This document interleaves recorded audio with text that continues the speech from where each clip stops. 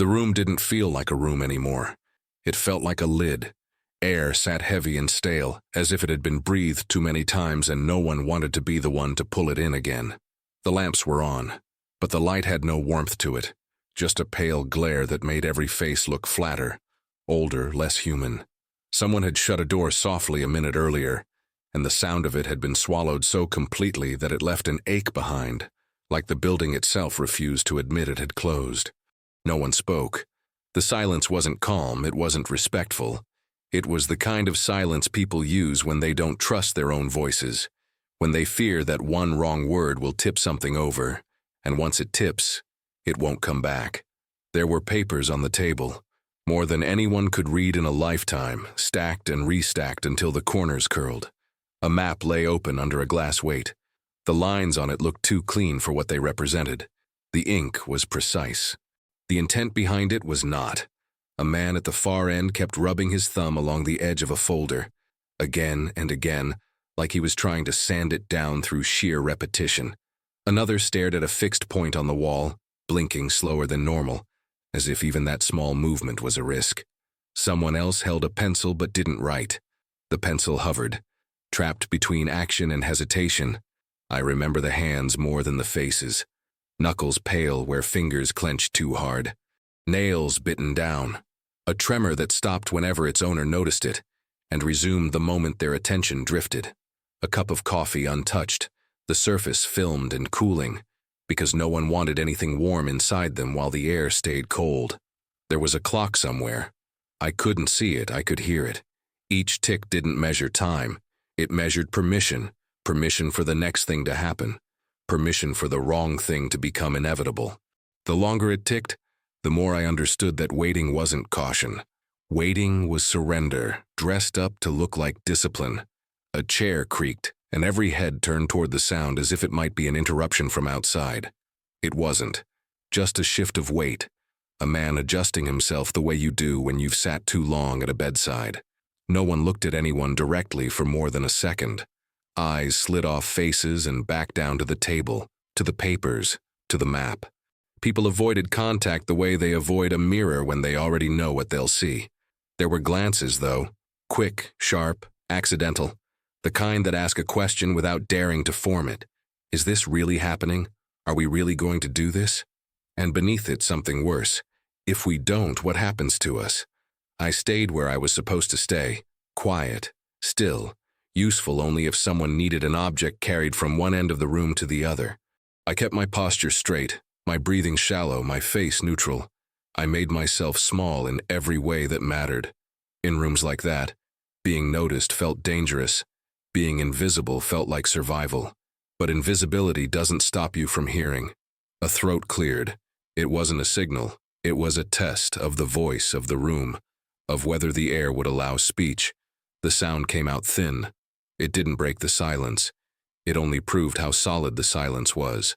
Somewhere in the building, a distant engine started and then idled, low and steady, like a patient animal waiting for the leash to tighten. The vibration traveled through the floorboards and into my shoes. I could feel it in my bones, that steady hum, as if the world beyond the walls was already moving, already committed, while we were still pretending there was time to reconsider. The man at the end of the table inhaled, slow and deliberate. Not the kind of breath you take before a conversation, the kind you take before an ending. And in that moment, before any word was spoken, I understood something with a clarity that made me cold. The order wasn't going to be shouted or argued or fought over. It was going to be said quietly, like a simple fact, and the room would accept it as if it had always been true. By the time the first hint of morning reached the narrow windows, the building had already settled into its rhythm. Not a comforting rhythm, nothing as gentle as routine, but a disciplined one, imposed and enforced by repetition. Boots on concrete in measured intervals, doors opening, closing. The low murmur of voices kept deliberately below a certain volume, as if the walls themselves were listening. It was late in the war, though no one said that aloud. They didn't need to. You could see it in the way people moved, more careful, less eager. The early confidence had been worn down by months of waiting, of losses that arrived in neat columns on typed sheets, stripped of anything human except the numbers. The building smelled of oil, damp paper, and something metallic that never quite went away. It was a smell that clung to clothes and followed you even after you stepped outside. I had been assigned there long enough to know which corridors stayed busy and which ones emptied when certain doors closed. I knew when to keep my head down and when to step aside without being told. I understood the hierarchy not by rank insignia but by posture. Who leaned back when speaking, who stood when spoken to, who never sat at all.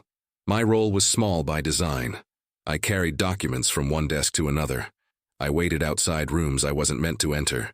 I stood behind chairs during meetings, silent, hands clasped, eyes lowered unless instructed otherwise. I heard more than I was supposed to, not because anyone trusted me, but because no one considered me dangerous. That night bled into morning without a clean break. Lamps stayed lit even as daylight crept in, thin and colorless. Coffee was poured and forgotten. Cigarettes burned down to filters in ashtrays that were never emptied.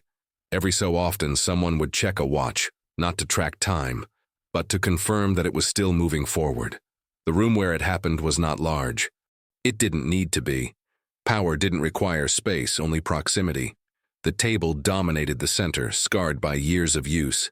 Maps changed, papers changed, faces changed, but the table remained, absorbing every decision like a witness that never forgot. I stood where I always stood, slightly behind and to the side, close enough to hear, far enough not to be included. The chairs filled slowly. Each arrival shifted the air, tightened it. Coats were removed, folded, placed carefully over chair backs.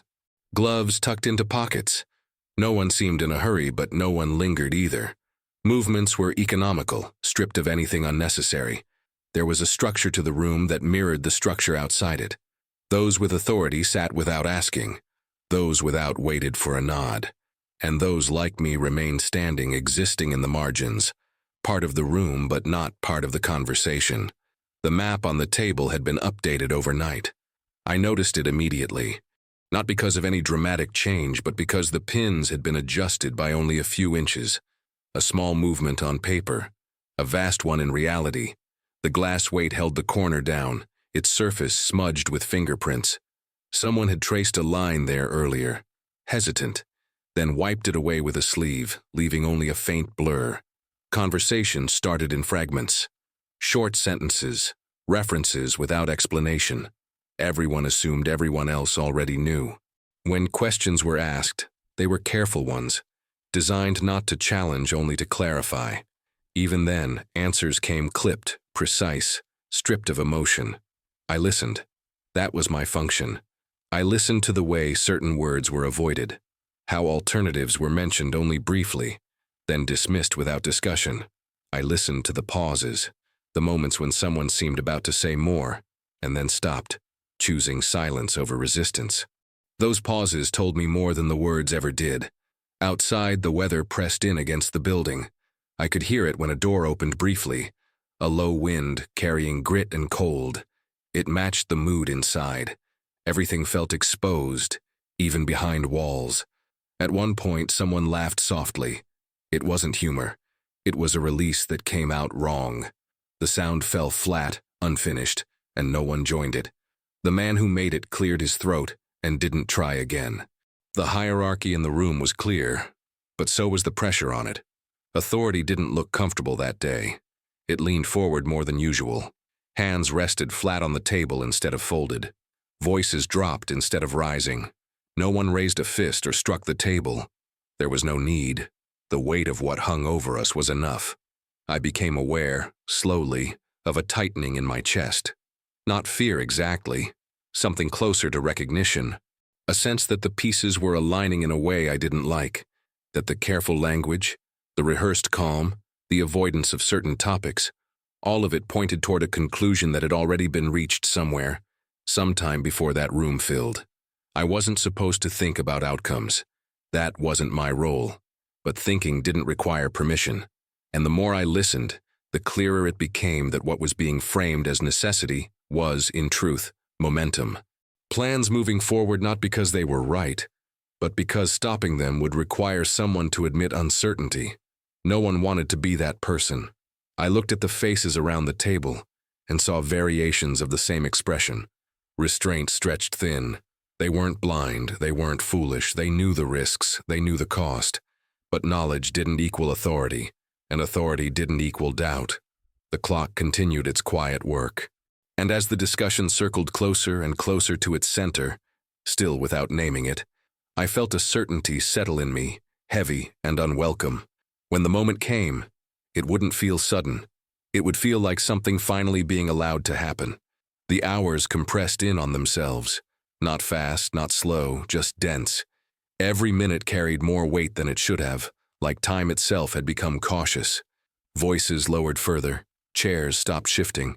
Even the smallest movements felt amplified, as if the room were recording them. I noticed patterns before I noticed meaning. The same two men spoke most often, trading short statements that sounded less like discussion and more like confirmation. Others nodded without lifting their eyes.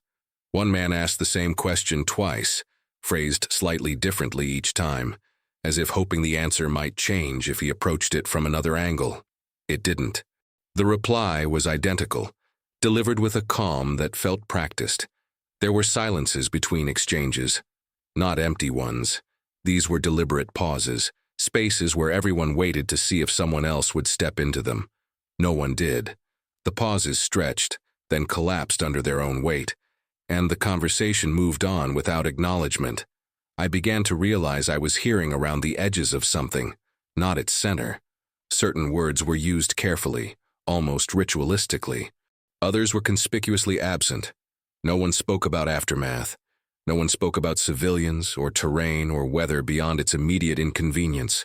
Anything that complicated the picture was trimmed away, left outside the room.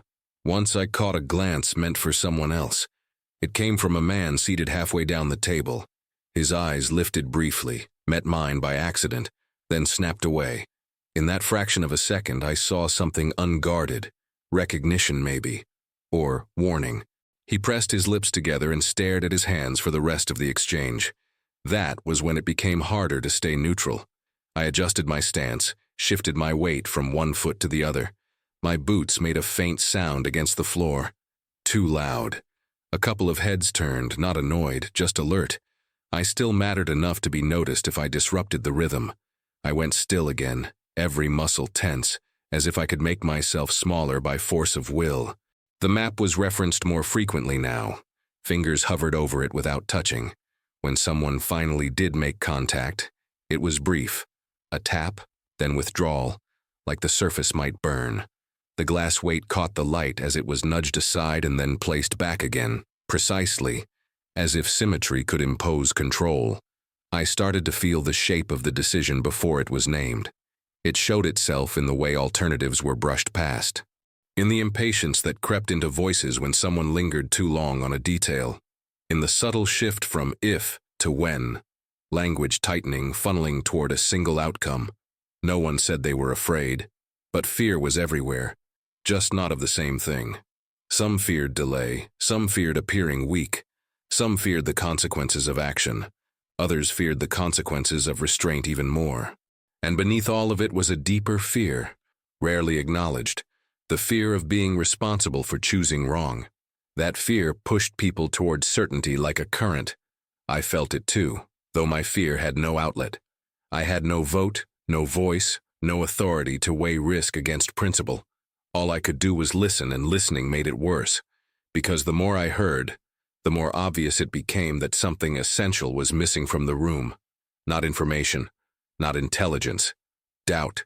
Doubt existed, but it lived only in private spaces, behind eyes, in clenched jaws, in the way hands tightened around pens they no longer used. No one gave it air. No one allowed it to slow the process.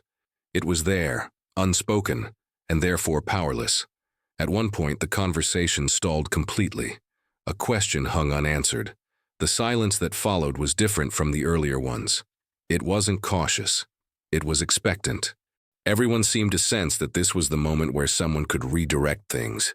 Not stop them, but alter their course just enough to matter. I held my breath without meaning to. A man shifted in his chair. He opened his mouth. For a second, I thought he would say it. the thing everyone was avoiding. His jaw worked. His eyes flicked to the map, then to the door, then back to the table. He closed his mouth. The silence broke, but not in the way I'd hoped.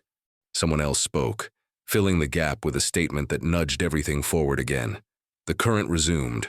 Whatever chance there had been slipped away quietly, without resistance. That was when I knew I was seeing it before most of them did. Not because I was smarter, not because I had better information, but because I had nothing to gain from pretending this was inevitable. I wasn't invested in the outcome, only in the weight of it. And from where I stood, on the edge, powerless and observant, the direction was unmistakable. The decision hadn't been spoken yet, but the room had already agreed to accept it. When the words finally came, they arrived without ceremony. No one announced that a decision was about to be made. There was no clearing of the throat this time, no pause long enough to invite interruption. The voice that spoke did so evenly, almost gently, as if continuing a discussion that had never truly stopped. The tone suggested inevitability rather than choice. The sentence was not long. It didn't need to be. It landed in the room like a weight set down carefully on a fragile surface, not slammed, not dropped, placed. The kind of placement that assumes the surface will hold because it must. I felt it before I understood it. A tightening behind the ribs. A coldness that moved inward instead of out. The words themselves were precise, controlled, stripped of anything emotional. They could have belonged to a routine instruction, something logistical, something reversible. They were not. What mattered wasn't what was said, but what wasn't. There was no acknowledgement of risk in the phrasing, no space left for reconsideration. The sentence closed itself, sealing off alternatives with quiet efficiency. It didn't invite response. It required compliance. The moment the last word left the speaker's mouth, the room went still, not the tense stillness from before. This was different. This was the stillness of something completed, a silence that didn't ask what came next, because what came next was already implied. No one spoke. I watched faces change in small, almost imperceptible ways. A jaw set harder, a blink that came too late. Someone inhaled sharply and then slowed their breathing on purpose, as if afraid the sound might be interpreted as dissent. A hand that had been resting open on the table curled into a fist and then relaxed again, leaving a faint impression on the skin.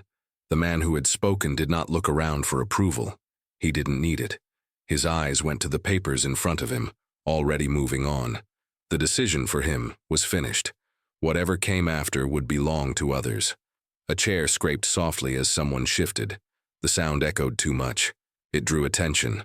The man froze, then adjusted again, more carefully this time, as if learning new rules in real time. Someone nodded. It was a reflex, not a signal. Another followed, slower, heavier. Not agreement, acknowledgement. The kind you give when you recognize that resistance has expired. I realized my hands were clenched behind my back. I forced them open, one finger at a time. My palms were damp. I wiped them against my trousers without thinking. A small, useless gesture that did nothing to ground me. The map lay there, unchanged, but it looked different now. Less like a plan, more like a sentence already passed. The pins hadn't moved, but in my mind, I saw lines extending outward, reaching places no one in the room was speaking about. Places filled with people who would never hear the words that had just been spoken, but would live, or not live, by them. The silence stretched. This was the moment when, in other rooms, someone might object, might ask for clarification, might raise a concern dressed up as a technical question. None of that happened. The silence held, dense and deliberate, until it became clear that breaking it would require more courage than anyone present was willing to spend. A pen scratched against paper. The sound felt obscene. Notes were being taken now. Implementation, not debate. The shift was subtle but absolute. Whatever doubts remained were being pushed inward, compacted, stored away where they wouldn't interfere with execution. I searched faces for something. Anything that might suggest hesitation had survived the decision. I found fragments of it, scattered and private. No one looked relieved. No one looked satisfied. But no one looked ready to speak either. I understood then that the room hadn't failed to see the mistake. It had seen it. and chosen to proceed anyway. The realization didn't come with anger. It came with a dull, sinking certainty, the kind that settles slowly, leaving no room for denial. I knew with a clarity that felt almost physical that what had just been decided would not unfold the way it was being imagined here, that the cost would not stay contained within the neat boundaries of the room. But knowing didn't change anything. The order existed now, spoken into being, carried by air and authority. It no longer belonged to the man who had said it. It belonged to the system that would act on it, piece by piece, without question. The meeting moved on. Logistics followed. Timelines. Minor adjustments that pretended the core decision was just another variable. Voices regained some strength, as if speaking again could restore normality. But the weight never lifted. It sat between us, unacknowledged, pressing down on every word. I remained where I was, silent and still, listening to the machinery of consequence begin to turn. And as the room slowly filled with the sounds of preparation, I knew that whatever happened next would unfold far beyond these walls. The mistake had been given permission to proceed. The first signs came quietly, almost politely. Orders moved outward from the room in careful increments, passed along in neutral tones, repeated without emphasis. Nothing sounded urgent yet. Nothing sounded wrong. The machinery of action began the way it always did, methodical, controlled, reassuring in its familiarity. People trust systems most at the moment they begin to move. I followed when instructed. Not closely, not prominently. Just enough to remain useful. Corridors filled and emptied with purpose. Doors opened to admit messengers and closed again, sealing conversations behind them. I heard fragments as they passed, numbers, locations, confirmations, spoken with the same measured calm that had delivered the decision itself. Outside, the day had fully arrived. Light pressed in through windows that hadn't been cleaned in months, flattening shadows without warming them. The air carried a sharpness that made every breath feel deliberate. Vehicles idled. Engines turned over. Somewhere nearby, metal struck metal, the sound brief and final. No one spoke about consequences. They spoke about coordination. I watched people adjust to the new reality with unsettling speed. The hesitation I'd seen earlier didn't disappear. It simply went underground. Faces reset into expressions of competence. Shoulders squared. Voices steadied. Doubt was no longer useful now that the path had been chosen. That was the most disturbing part. How quickly uncertainty became irrelevant. I stood near a doorway as information came back in pieces.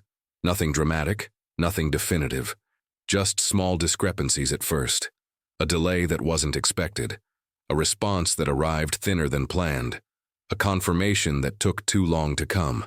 Each one on its own meant very little. Together they formed a pattern I didn't like.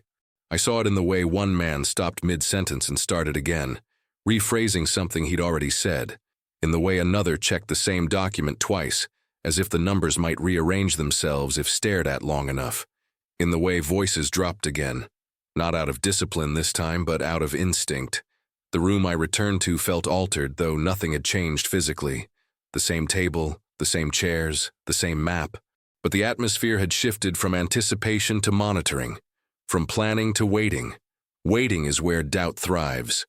Someone asked for an update. The reply came quickly, too quickly. It was factual, concise, and incomplete. No one challenged it. No one asked for elaboration. They accepted it the way people accept bad weather, by acknowledging it exists and hoping it passes. I felt a tightening in my throat that had nothing to do with fear. It was closer to recognition. The sense of watching something slide out of alignment, one fraction at a time, without any dramatic break to mark the moment it became irretrievable. Another update followed. Then another. The language began to change. Words like unexpected and unconfirmed appeared. They were used carefully, placed where they wouldn't alarm, but their presence alone was enough to alter the temperature of the room. Chairs creaked again. Hands returned to faces. Someone rubbed their eyes as if tired, though it was still early. I thought back to the moment the order had been spoken. How clean it had sounded. How contained. How manageable. Listening now, it became clear that the reality unfolding beyond the walls had no interest in remaining tidy. There was no explosion of panic, no raised voices, just a slow accumulation of friction, small issues piling up without being resolved. Adjustments made on the fly, each one meant to compensate for the last, none of them addressing the underlying misjudgment. I noticed how often people avoided looking at the map. When they did look, it was brief, defensive, as if the ink itself might accuse them, as if acknowledging the full shape of what was happening might force them to confront the difference between intention and outcome. A message arrived that took longer to be read than it should have. The man holding it scanned the lines once, then again. His face remained composed, but his shoulders sagged slightly, just enough for someone paying attention to notice. He passed the paper along without comment. No one asked him to explain. That silence felt heavier than any argument could have. I understood then that the consequences were not going to announce themselves loudly. They were going to seep in. Confusion first, then misalignment, then loss. Not always of life, not immediately, but of coherence, of control, of the illusion that the situation was still being guided rather than endured. I felt an urge to speak that surprised me with its intensity. Not to object. That moment was long past, but to acknowledge what was happening, to give shape to the unease that now occupied the room. I didn't. I couldn't have said anything that would change the trajectory. And worse, I knew that saying it might only serve to distribute responsibility, to make the mistake easier to carry by spreading its weight. Silence kept it intact. As the hours wore on, the room filled with a low, constant murmur. Not discussion. Maintenance. People managing the gap between expectation and reality without naming it. Every so often someone would pause mid-task, stare at nothing, then resume as if shaken awake. The order was being obeyed. That was the only certainty left. I stood where I had always stood, listening as the situation drifted further from the clean lines drawn on paper. The fear I'd felt earlier didn't sharpen or explode. It settled, and in that settling, I knew that what I had understood in the first moments, before any word was spoken, had been accurate. The mistake was no longer theoretical. It was happening. I think about it now in fragments, not scenes. There is no single image that contains it. No moment I can isolate and hold up as the turning point. What stays with me are sensations that never fully faded. The pressure in the room, the way voices avoided certain registers, the exact texture of silence after the order was spoken. Those things return without warning years later, when the world is otherwise quiet. Time did what it always does. It moved on without asking whether we were ready for it to do so. I was reassigned not long after. That is how these things are handled. Movement as a substitute for reckoning. New corridors, new routines, new rooms where decisions were made with the same careful language and the same selective attention. Outwardly, everything continued. Inwardly, something had lodged itself and refused to leave. The event was discussed later, of course. Not in detail, never in detail. It was referenced obliquely, folded into broader narratives, softened by distance. Words were chosen that made it sound less like a mistake and more like a complication, an unfortunate outcome, a convergence of factors. No one lied outright. They simply spoke around it. I learned early that silence doesn't end when you leave the room where it was formed. It follows. I would hear it in conversations that stopped just short of naming responsibility, in the way people reacted when certain topics surfaced and were quietly redirected, in the pauses that appeared whenever someone new asked a question that didn't fit the approved framing. The past was present, but only as an outline, never filled in. Sometimes I wondered if anyone else remembered it the way I did. Not the facts. Those were recorded, filed, archived. I mean the feeling. The sense before anything happened that something essential had been misread. That momentum had been mistaken for necessity. That restraint had been interpreted as weakness and certainty as strength. Those things don't show up in reports. They exist only in memory, and memory is easy to doubt when you're alone with it. I never spoke about what I noticed in that room. Not then, not later. Not even to myself, not fully. Naming it would have required claiming a kind of authority I never had. It would have meant asserting that awareness carried obligation, and obligation carried blame. I wasn't prepared to carry that. And yet, I carried something anyway. It surfaced in small, inconvenient ways, in how I listened more closely to tone than content, in how I learned to recognize when a conversation had already decided its outcome, regardless of how open it pretended to be, in how I understood that the most dangerous moments are not loud ones, but quiet ones, when everything appears under control. There were nights when sleep came easily, and nights when it didn't come at all. On the difficult ones, my mind returned not to what followed the order, but to the instant before it, that narrow window when it still existed only as possibility, when it could have remained unsaid. I replayed it not out of hope, but out of compulsion, as if repetition might reveal a hidden branch in the path, some overlooked divergence that would explain why it unfolded the way it did. It never did. The memory ended the same way every time, with words spoken calmly, received silently, and accepted without resistance. What haunts me is not that no one objected. It's that everyone understood. Understanding did not produce action. It produced compliance shaped like discipline, silence shaped like professionalism, a collective decision to treat doubt as an internal matter, unworthy of interrupting the process. I have often wondered what responsibility looks like for those who stand close enough to hear, but too far to decide. There is no guidance for that position, no doctrine. You are not trained for it. You are useful until the moment usefulness conflicts with conscience, and then you are expected to resolve that conflict privately. I did. At least I learned to live with it. Years later, when I hear people speak with confidence about decisions they never witnessed, about orders they never heard, I recognize the distance in their voices. Distance protects certainty. Proximity erodes it. I was close enough to feel the erosion begin, grain by grain, before the structure collapsed. I do not claim foresight. I claim presence. I was there when the air changed, when the words fell into place too easily, when silence did not mean agreement, but exhaustion. That awareness did not make me special. It made me uncomfortable, and that discomfort never resolved into anything useful. It simply stayed. I still believe the most important thing in that room was not the order itself, but how little resistance it encountered once spoken, how quickly the machinery adapted, how naturally the system absorbed it and moved on. That is what I carry with me, not the outcome, but the lesson that outcomes are often decided long before consequences appear. Sometimes I ask myself whether hearing the order was worse than giving it. I don't know the answer. I only know that the moment it was spoken, something irreversible happened, not just beyond the walls, but inside the room, and inside those of us who understood what it meant and chose silence anyway. I was one of them, and that knowledge has never been loud. It has never demanded attention.